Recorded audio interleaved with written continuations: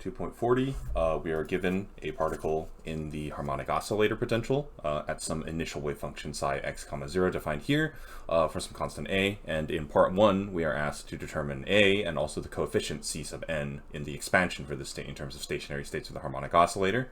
So typically the way we would do this is we would find the coefficient Cn via the formula of Fourier's trick, which is that Cn is equal to the integral from negative infinity to positive infinity of psi n times psi of x comma 0 dx. Very obviously, that's a pretty complicated thing to do if we want to find all of the coefficients. Also, just for reference, psi n is equal to m omega over pi h bar to the 1/4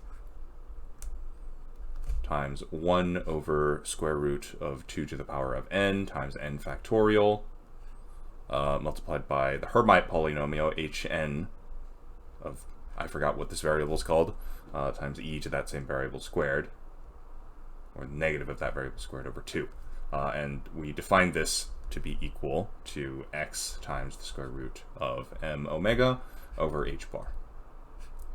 So typically this is what we would do, and that makes things very sort of complicated because, for one, we actually once again there's this sort of point here where, like, we don't actually know if the CNs go on to infinity or not, or if they actually terminate at some finite value. And by doing this, there's not really a good way for us to tell exactly, other than just going through the list, going from 0, 1, 2, 3, 4, 5, 6, 7, 8, and seeing at one if, like, they eventually terminate at one point and just keep on being 0. And that obviously that's not very optimal, considering that to really be sure, we basically have to find Cn all the way to n equals infinity, which just is impossible. Alternatively, what we can do instead is we can take advantage of the specific form that psi of x comma 0 has.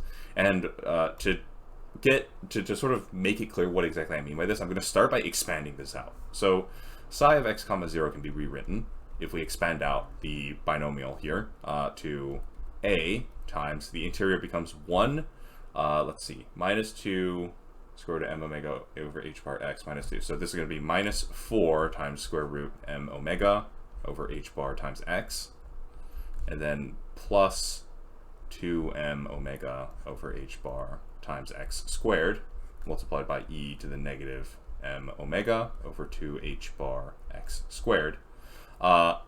Then also the Hermite polynomials, I'm going to pull out the initial list of them that we got from the textbook. So they look something like, I can copy and paste this, whoops.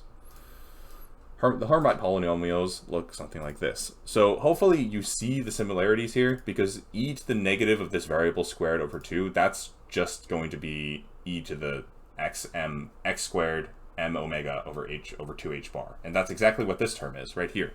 And then we have, you know, a term which has x to the 0th power, a term which has x to the 1st power, a term which has x to the 2nd power, and those correspond directly to these Hermite polynomials. So it seems as if we can almost sort of split each of these terms into one of the stationary states or a combination of them manually instead of having to do this integration. So let's do that. This can be rewritten as a times, let's start with e to the negative m omega over 2h bar x squared minus 4 square root m omega over h bar times x times e to the negative m omega over 2h bar x squared, and then finally plus 2m omega over h bar x squared times e to the negative m omega over 2h bar x squared. And to try to relate this to the stationary states, let's write out each of them in terms of the Hermite polynomials. So let's start with psi 0. So let's write this in blue. Psi 0 is going to equal, let's see, in terms of this, we have m omega over pi h bar to the power of 1/4 times 1 over the square root of 2 to the 0 times 0 factorial, that's just 1, so this becomes 1, times h0, which is going to be 1, times e to the variable, writing it out fully, is going to be negative m omega over 2h bar x squared. Next, let's do psi 1. this is going to be m omega over pi h bar to the power of 1/4. This time to, let's see, 2 to the first power times 1 factorial, that's going to be 1 over root 2, times h1, which is going to be 2 times the variable, so 2x times the square root. In fact, let's move the x over. So this is going to be 2 over square root of 2. Let me just double check. Yeah, 2 times the variable. So 2 over square root of 2 times the square root of m omega over h bar multiplied by x multiplied by e to the negative m omega over 2 h bar times x squared. I'm just going to simplify this a little bit. Move the square root to the top. So this is going to be the square root of 2 times m omega. Move this over. Move this over. Next, side 2. This is going to equal m omega over pi h bar to the power of 1/4 over 1 over square root of 2 squared times 2 factorial. 2 squared is 4, 2 factorial is 2, that's 1 over root 8.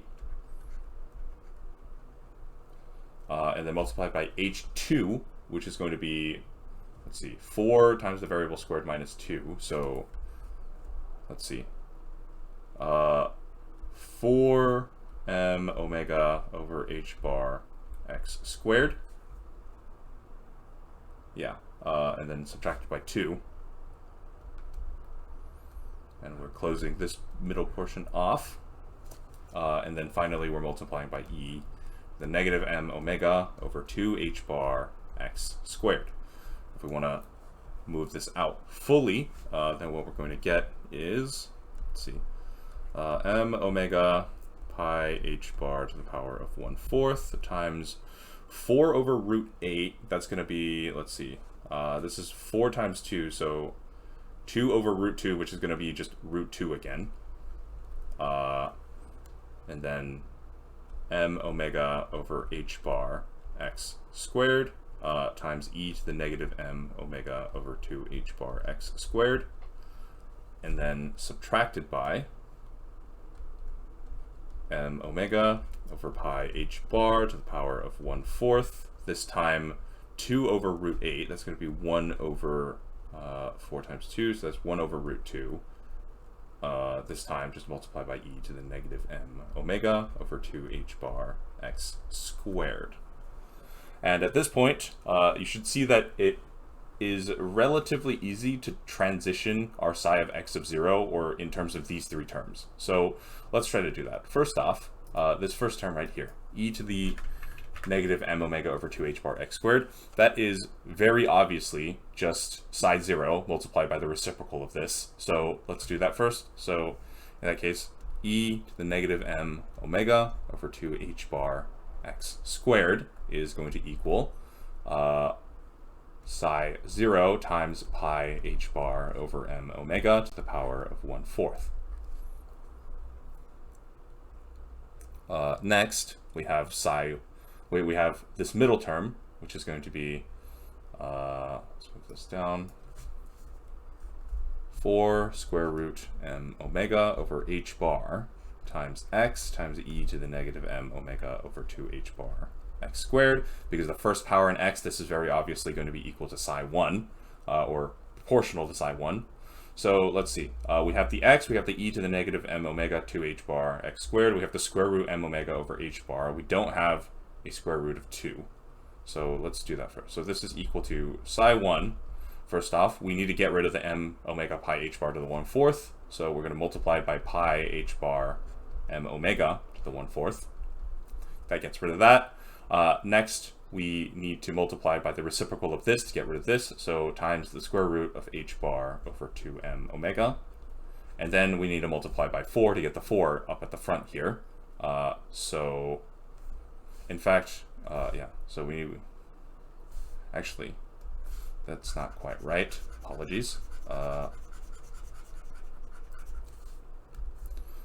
Let's see. We have square root m omega over h bar. We have square root m omega over h bar. We have to multiply by 1 over square root of 2 to get rid of the 2. Then we have to multiply by 4. So yeah. So this is 4 is going to be 2 times 2. 2 over root 2 is just root 2. So this is 2 root 2.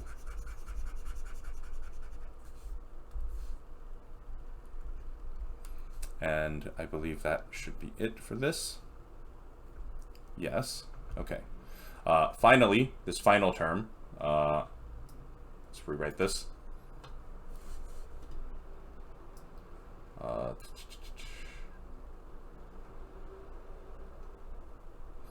You know what? Actually, I think I just realized I've made a bit of a mistake here.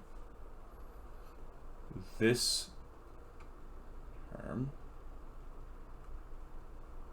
Yeah, okay, apologies. This middle term here is supposed to be 4m omega over h bar.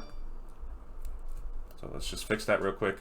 So what we have now is 4m omega over h bar x squared e to the negative m omega over 2h bar x squared. So that is m omega over h bar x squared e to the negative m omega over 2h bar x squared. If we look at this bottom term here, this is going to equal, let's see, first off,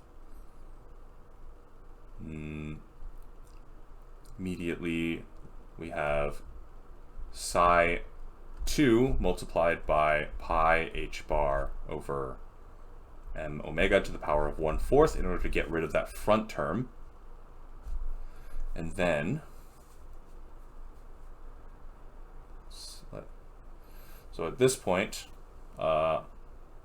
this is going to get rid of this term, this is going to get rid of this term, that's what we have. We now have this. We're trying to get x squared e to the negative m omega 2h bar x squared.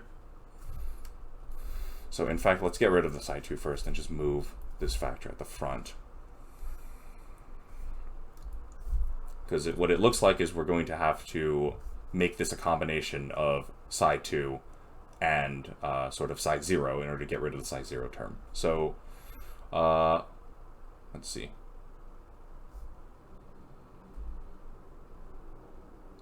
If we multiply psi 2 by square root of 8, then this is going to become a 4 term at the front here. Root of 8, that's going to become a 2 term. We can multiply, we can subtract by 2. So yeah, okay, yeah. We can do something like the square root of 8 times psi 2 plus 2 times psi 0. So what will happen there is that this pi h bar over m omega to the 1/4 cancels out all of these terms at the front always because they're reciprocals. What we have left is square root of 8 psi 2, which is going to give us square root of 8 times the square root of 2, which is going to be square root of 16, or 4m omega over h bar x squared, e to the negative m omega over 2h bar. That takes care of this first part. But then we have this extra part here, which is going to be minus 2e to the negative m omega over 2h bar x squared, which we need to get rid of. So we subtract by 2 times psi 0, which is going to give us 2e to the negative m omega over 2h bar x squared. So that satisfies this condition, and with that we're done. We can rewrite this expression. In that case, psi of x comma 0 is going to be a multiplied by, starting off with this first term, psi 0 times pi h bar over m omega to the power of 1/4, and then subtracted by the second term, so subtracted by psi 1 pi h bar over m omega to the power of 1/4 times 2 root 2, and then finally adding on the third term, which is going to be plus pi h bar over m omega to the power of 1/4 times the square root of 8 times psi 2 plus 2 psi 0. We can then distribute out the pi h bar over m omega to the 1/4, so a times pi h bar m omega to the power of 1/4 psi 0 minus 2 root 2 psi 1 plus root 8 psi 2 plus 2 psi 0. We can combine the psi 0s, get rid of this, move it onto the front, and it becomes 3 psi 0. And from here, we just have to normalize by taking advantage of orthogonality, because now that we have this in terms of stationary states, it's very easy to normalize this. We can do, a squared times pi h bar over m omega now to the 1/2 times the integral from negative infinity to infinity of mag psi squared, which is going to be 3 psi naught minus 2 root 2 psi 1 plus root 8 psi 2 times 3 psi naught minus 2 root 2 psi 1 plus root 8 psi 2. And then we can recognize the fact that because of orthogonality, only the terms that are psi 0 squared, psi 1 squared, or psi 2 squared make it out of this without canceling to 0, in which case we have a squared pi h bar over m omega to the 1/2 times the integral from negative infinity to positive infinity of 9 psi 0 squared, let's see, plus 4 times 2 plus 8 psi 1 squared plus 8 psi 2 squared dx. Split all of these up, we get 9 plus 8 plus 8, that's 16, 17, 18, 19, 20, 21, 22, 23, 25, yeah, 25. So 25 a squared pi h bar over m omega to the 1/2 is going to equal 1. Move everything to the other side, a squared is equal to m omega over pi h bar to the 1/2. I'm sorry for the background noise, there's a helicopter outside being annoying. At this point, a is then going to equal 1/5 times m omega over pi h bar to the 1/4. Then we realize that, psi of x0 is a times pi h bar over m omega to the 1/4, and we have a m omega over pi h bar to the 1/4, so those cancel, which means that psi x comma 0 is just going to equal 1/5 3 psi naught minus 2 root 2 psi 1 plus, and root 8 might as well just be 2 root 2 psi 2. So that means c1 is equal to 3/5. C2 is equal to negative 2 root 2 over 5, and C3 is equal to positive 2 root 2 over 5, and with that we are done with part A. Okay, part B, pretty trivial. We want the expectation value of the energy along with the possible results and corresponding probabilities. So we already know that magnitude Cn squared corresponds to the probability of finding our wave function in one of the stationary states. So the energy states for our harmonic oscillator stationary states are equal to n plus 1/2 over h bar omega. So the probability of being in the psi 0 state of C1 or C0 squared, which is 9 over 25. There's a probability of being in the n equals 1 state, or C1 squared, of, let's see, 2 root 2 over 5 squared, which is going to be 8 over 25. And then P3 is just the exact same, so this is also 8 over 25. At this point, we then find the energies. E0 corresponds to 1/2 h bar omega. E1 corresponds to 3/2 h bar omega. And sorry, this is supposed to be P2, not P3. E2 is going to equal 5/2 h bar omega. So at this point, if we want to find the probability or the expectation value of the energy, this is just a matter of adding this like probabilities. So let's see, 1/2 h bar omega times 9 over 25 plus 3/2 h bar omega times 8 over 25 plus 5/2 h bar omega times 8 over 25. This is going to give us 9 h bar omega over 50 plus 24 h bar omega over 50 plus 40 h bar omega over 50.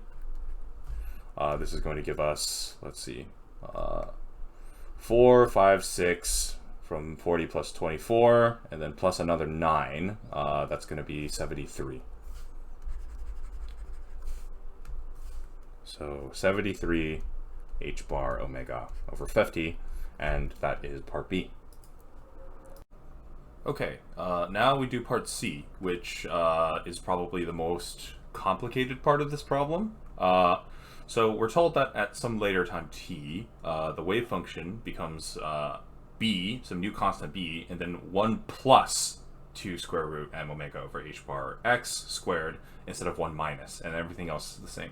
So we want to know that for some constant b, what is the smallest possible value of t where this is true? So immediately, let's write, so let's denote this as psi b from now on. And let's denote psi a as we have before.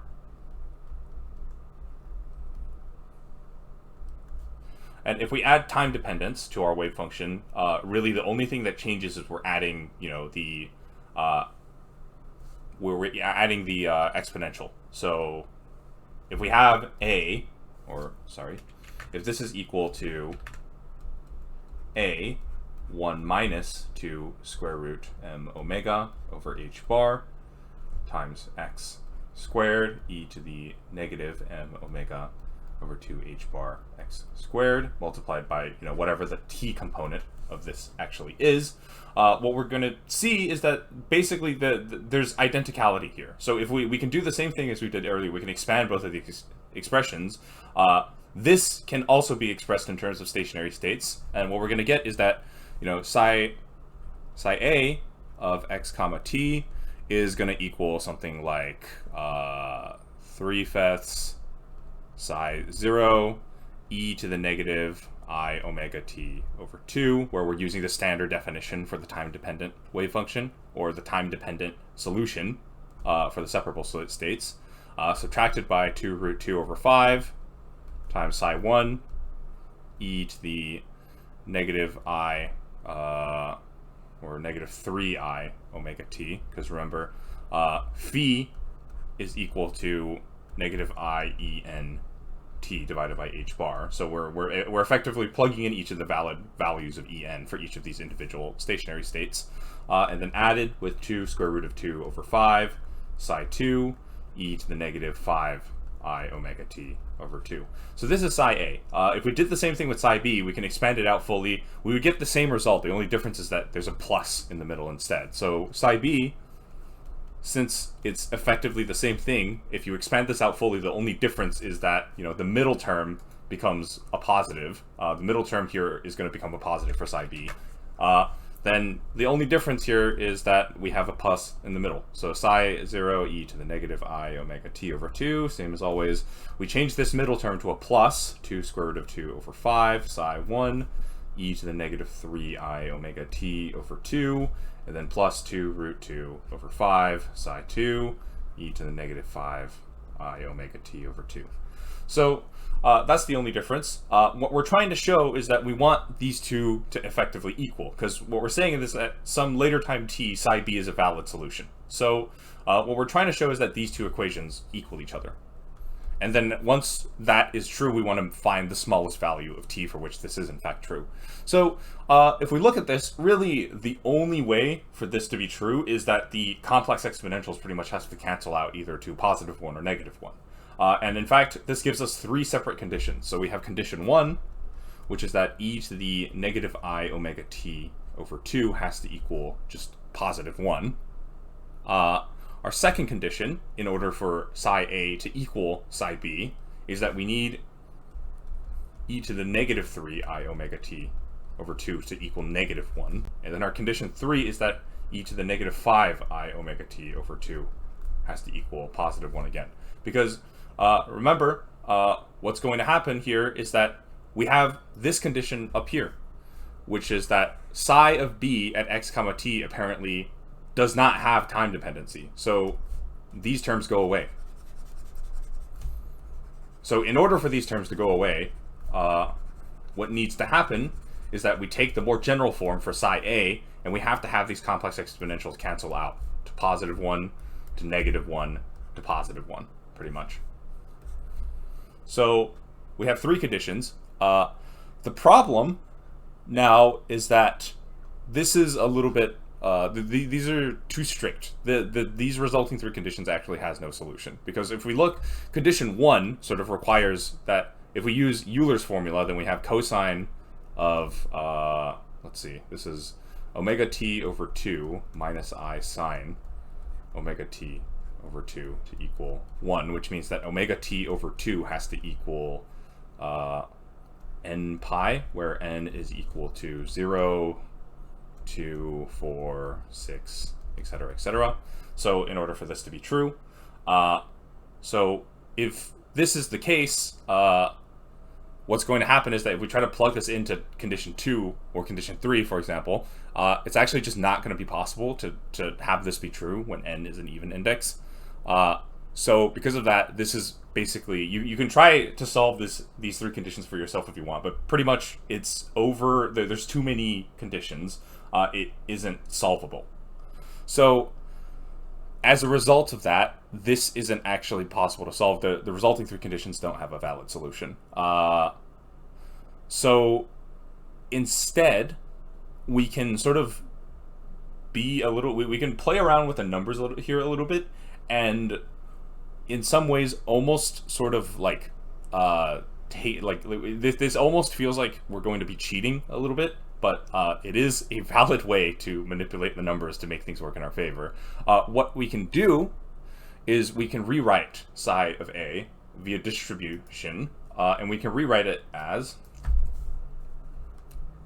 psi a of x comma t is actually equal to e to the negative I omega t over 2 multiplied by 3/5 psi 0 minus 2 root 2 5 psi 1 e to the, if we take out, a half, then this becomes negative I omega t plus 2 root 2 over 5 psi 2 e to the negative 2I omega t.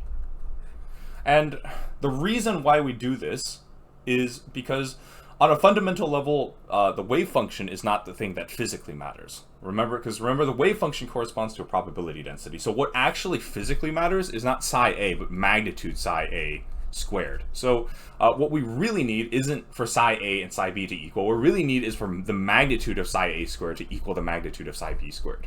And if we pull out an e to the negative I omega t at the front, what's going to happen is that when we actually take the magnitude squared, this just cancels out to 1. So it literally, it doesn't matter. For reference, I'm going to pull down psi b again.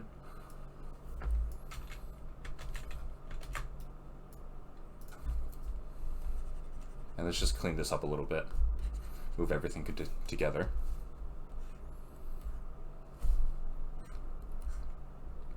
So what'll happen is that if we take the magnitude psi a squared, this term just disappears and we have this whole thing squared. If we take the magnitude psi b squared, then this whole thing just gets squared. So what we're actually trying to get is that we want this term here to equal this term here. So in order to do that, we've effectively sort of, by taking advantage of the fact that what's actually physically important is the magnitude squared term, and not the actual wave function itself, we're effectively saying that even though there's this extra e to the negative I omega t over 2 term in front of psi a, it really doesn't matter in a physical sense. What really matters is this interior term, because that's what actually remains when we take the magnitude squared.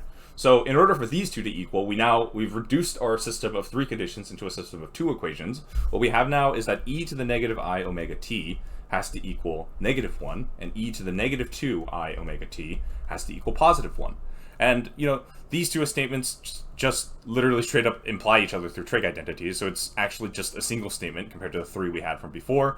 If we solve this, cosine of, let's just do this one instead. So in that case, cosine 2 omega t minus I sine 2 omega t is going to equal 1, in which case we need that 2 omega t has to equal, I believe, 2 pi n for this to equal 1, in which case t is just equal to pi over omega multiplied by n. The smallest value of t is then t min is equal to pi over omega.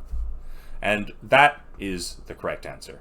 Now, once again, this seems contradictory, because if we plug t equals omega back, into psi a, if we plug t equals pi over omega into psi a, what we're going to get is that psi a is equal to e to the negative I omega over 2 times pi over omega times, 3/5 psi naught plus 2 root 2 over 5 psi 1 plus 2 root 2 over 5 psi 2, where all the complex exponentials cancel out in the interior.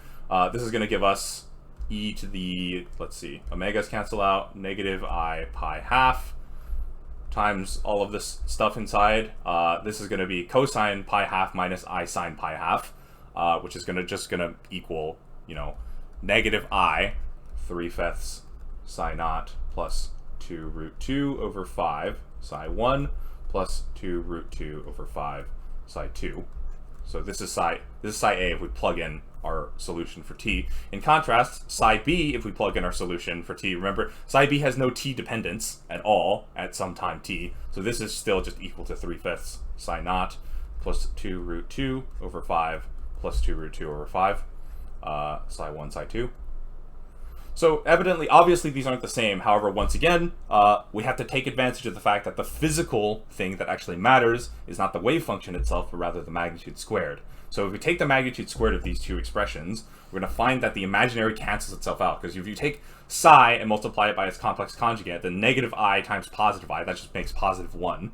So in the end, the magnitude squared of psi A is equal to the magnitude squared of psi B. As a result of that, psi A and psi B, even though they are different, technically describe the exact same wave behavior. So on a physical sense, these two wave functions both define the same thing physically. There's no difference between them, and because of that, that's what sort of allows us to take advantage of this really weird, almost cheaty trick, which is that, you know, ultimately we have this initial condition that psi A has to equal psi B, but really that's not true. What we really need is that the magnitude of psi A squared has to equal the magnitude of psi B squared. So because of that, we're allowed to distribute out an e to the negative I omega t over 2 and just ignore it. And that is what allows us to actually solve this resulting problem. And our answer is, once again, t equals pi over omega.